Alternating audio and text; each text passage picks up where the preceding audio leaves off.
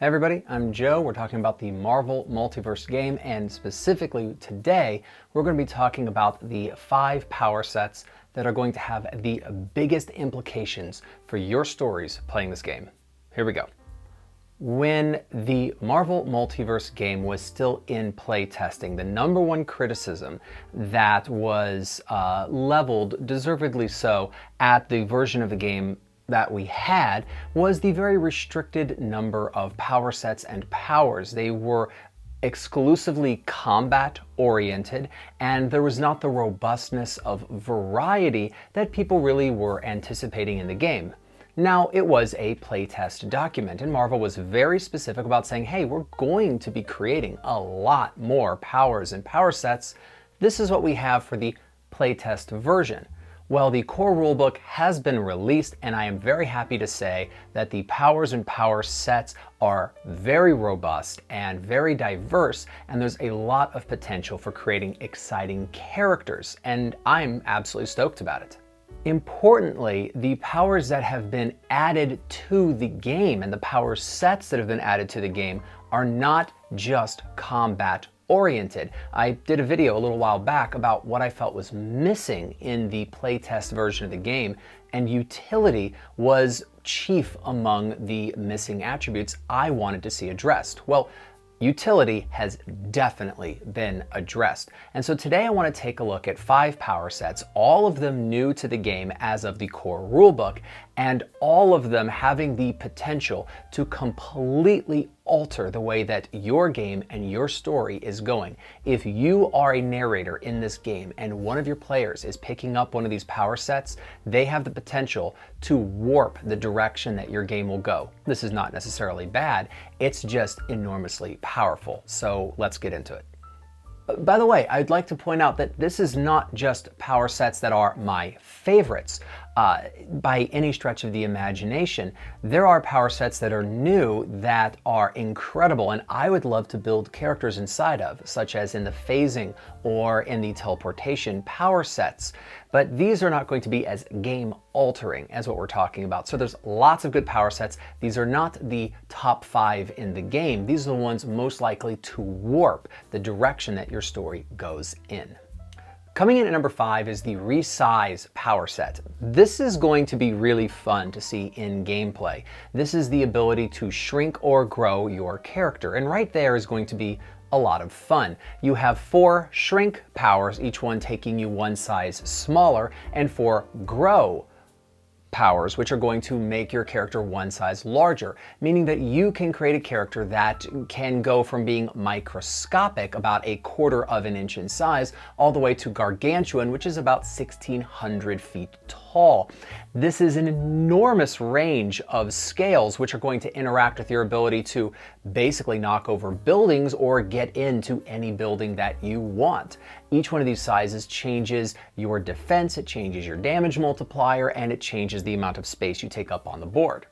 Now, we've talked on this channel about how the size that you are affects your ability to pick up and throw other objects or even people, and being able to combine the grow powers with perhaps the mighty powers is going to basically allow you to completely alter the terrain of an encounter, and I mean that quite literally.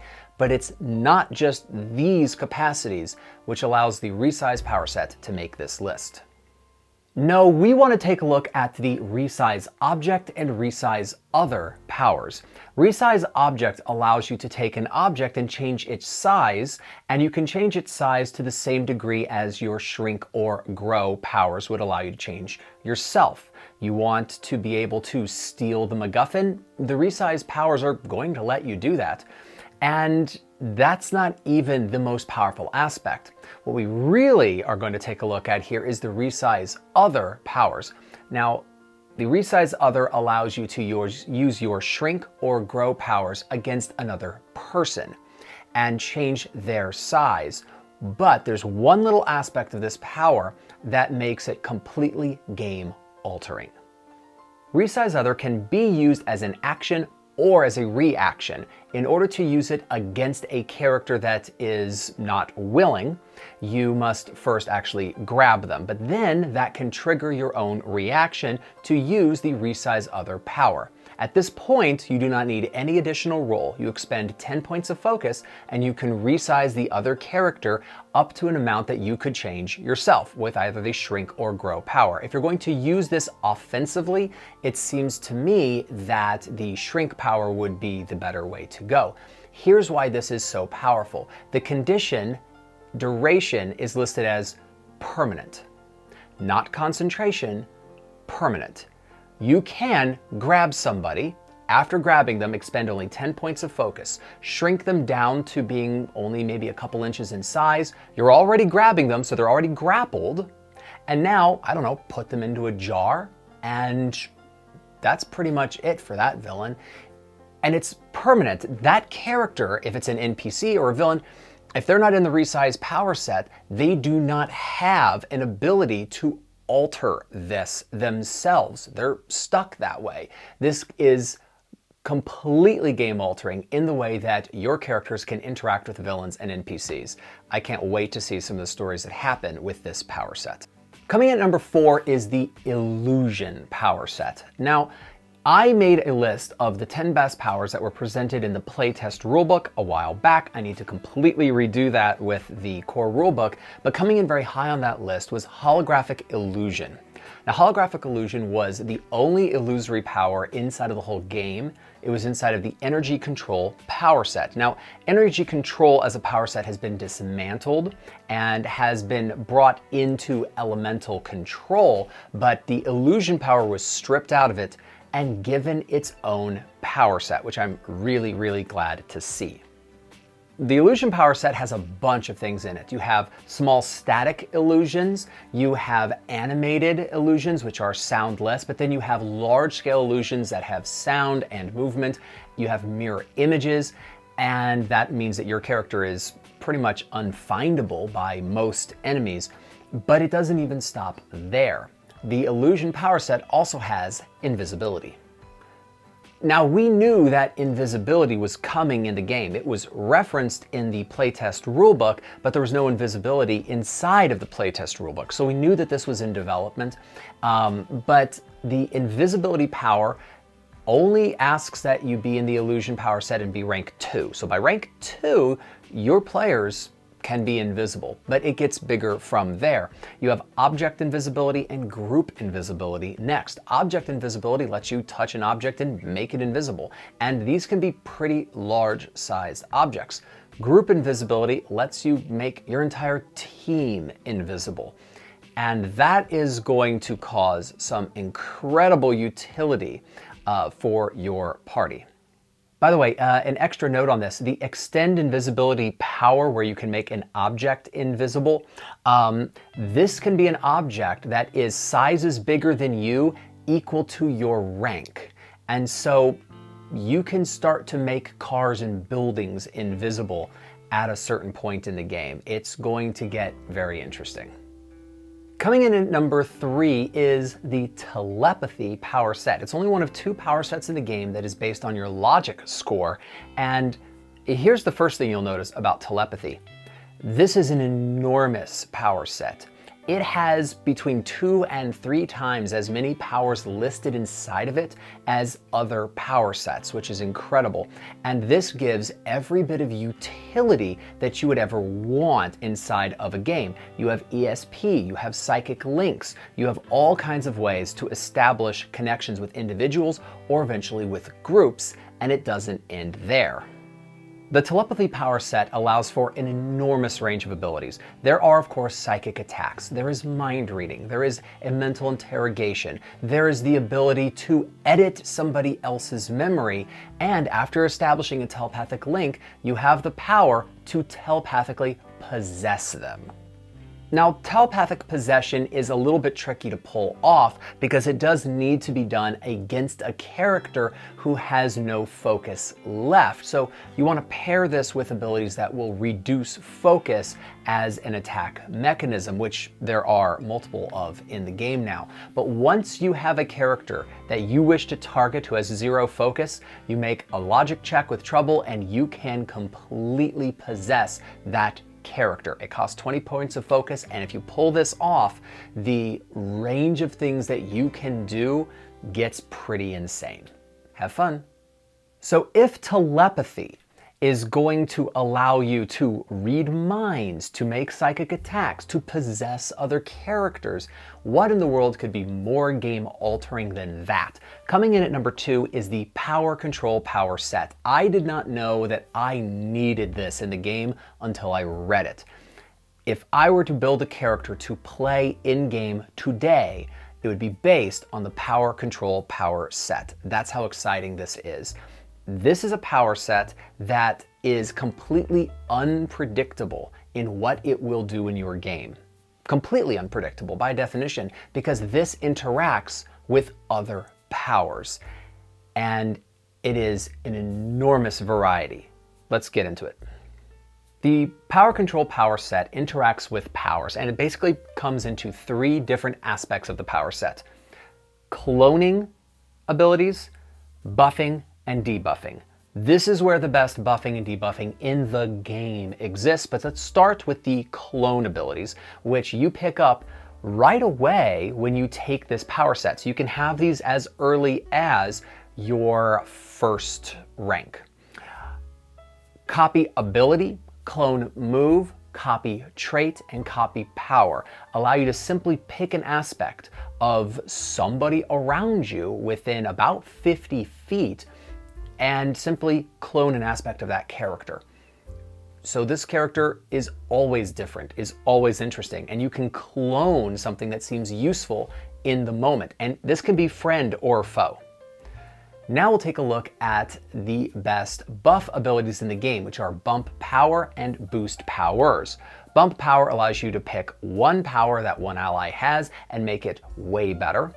Boost Powers allows you to find an ally and make everything they do way better. If you're in a fight and you have a really good damage dealing ally, simply boost everything they do, sit back and watch as they wreck the battlefield. It's pretty amazing. But now we come to the debuff abilities, and here's where it gets insane. First of all, it starts with Dampen Power. This is the opposite of boosting or bumping power, where you pick an enemy and simply make them a lot worse at everything, which is pretty incredible. You have the ability to start swiping their powers. You can shut down their powers, making them basically no longer super. And at the pinnacle of this power set is Steal Powers, where you clone everything that they can do, and they can no longer do anything. This is probably the hardest single character to play in the game, because you have to effectively change your character and what you can do and learn new powers with every single combat, but you will never get bored playing this game. And for your narrators out there, if you have a character who has picked up this power set, watch out. They can shut down your villain very quickly. So if literally being able to touch a villain and strip away all of their powers, leaving them completely ineffective, is not the most game-changing thing in Marvel Multiverse, what is? Well, it turns out that what I'm picking as the #1 most game-altering power set actually comes with a disclaimer. At the beginning of this power set, it literally says players and narrators should be extremely cautious with all of these powers, but especially with time travel powers. They are ripe for abuse by both the unethical and well-intentioned. Without care, characters can find themselves trapped in a time or place that fundamentally differs from the one they wished to be in. I'm speaking, of course, of Omniverse Travel. Omniverse Travel is a power set with 3 subsets inside of it. Each one is a different type of transportation or type of travel. They are traveling interdimensionally, traveling between multiverses, and time travel. So let's get into these one at a time. The one that is least game altering is interdimensional travel. Now, each one of these power set kind of subsets or transportation modes, if you like, works in the same way. There are 4 powers. The first one is traveling in your particular style, either interdimensionally, through time, etc., by yourself. The second one then is being able to travel together with an ally in the way that you're able to travel. You can touch somebody and send them somewhere with your particular subset. And at the pinnacle of this particular feat chain is dimensional portal or time portal, etc., where you literally open up a portal between these 2 spaces and anything can move back and forth. This same set of powers is repeated for each type of the travel subsets. So as I said, the one that is least likely to be game altering is interdimensional travel. This would be like traveling between the regular dimension and Asgard.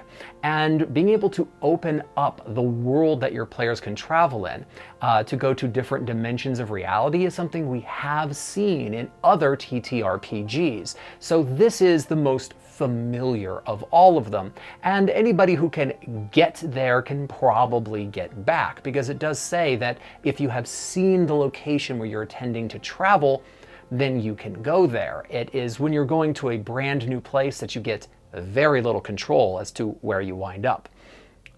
The one that is second, or most likely to be completely game altering, well, it's probably multiversal travel. Multiversal travel is simply a completely different universe where things happened and evolved completely differently.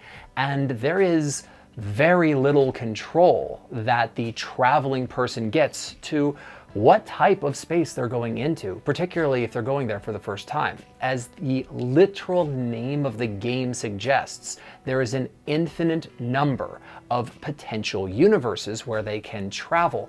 And this means they could wind up somewhere that is basically inhospitable to life. And that could be a wild game to get into. But I believe it is actually more groundbreaking. It is more game shifting and game altering to have time travel. Time travel is exactly what it sounds like, moving back and forth between moments in time. But this means that, first of all, the narrator has to have a complete idea of the flow of events from the past and going into the future, and needs to somehow have a way of tying all these things together in a way that is logical and seamless and feels complete, which is incredibly difficult to do. We need to also have an idea of how we're going to handle paradoxes, because they're going to come up. And of course, we need to deal with the idea of what happens in the present when our players go and change things in the past. It will wildly alter the universe we planned on creating. Now, the only real limit to time travel is that you cannot go back and fight in a battle that you previously fought. That moment in time is closed off to you. But what about entirely nation-building and history-altering moments? They are open to abuse. And I can see characters picking up time travel and being able to open up portals for everyone to travel to a different moment in time as early as rank 4, shifting the nature of your game. You thought your game was going to go in one direction in one story. It's now going somewhere totally different. I think this is equal parts exciting as it is wildly, devastatingly altering to the game. So, I don't know. Could be really good, could be really bad. I am specifically not using the phrase overpowered as I go into these 5 power sets. I'm actually excited to see them at play at the table. I want to see what happens with them. I want to see how the game that I thought would evolve is completely altered by my players taking these power sets. And so I'm excited about them. I like them, but they are dangerous at the table in the sense that I, as a narrator, do not know where things are going. But that's half the fun for me. So what do you think? How are these going to impact gameplay? And if you are a player, are you going to build a character around one of these power sets? I would love to hear about it in the comments below. As always, YouTube is literally made out of buttons. I hope you press some of them, and I'll see you next time. All right, peace.